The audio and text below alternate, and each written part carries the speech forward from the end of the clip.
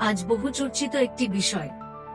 অনেকেই অভিযোগ করেন স্বাধীনতার পর কংগ্রেস সরকারের আমলে বামপন্থী শিক্ষাবিদদের দিয়ে কাল্পনিক এবং পক্ষপাতদুষ্ট ইতিহাস লেখানো হয়েছে। ঠিক এই রকম সময়ে দেশের বিভিন্ন অঞ্চলে মাটির নিচে যে গুরুত্বপূর্ণ পুরাতাত্ত্বিক নিদর্শনগুলো রয়েছে তাদেরকেও যাতে ভারতের ইতিহাসে স্থান দেওয়া হয় সেই বিষয়ে সামাজিক আন্দোলন শুরু করেছে স্বস্তিক নিউজ পরিবার এবং ওয়েব জার্নালিস্টস অ্যাসোসিয়েশন অফ ইন্ডিয়ার পশ্চিমবঙ্গ শাখার সদস্যরা।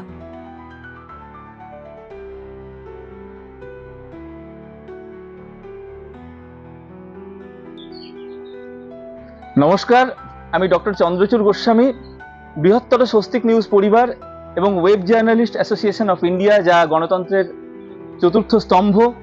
আপনারা সবাই জানেন যে ভারতবর্ষের যে ইতিহাস, সেই সঠিক ইতিহাস মানুষের কাছে তুলে ধরার জন্য ইতিহাস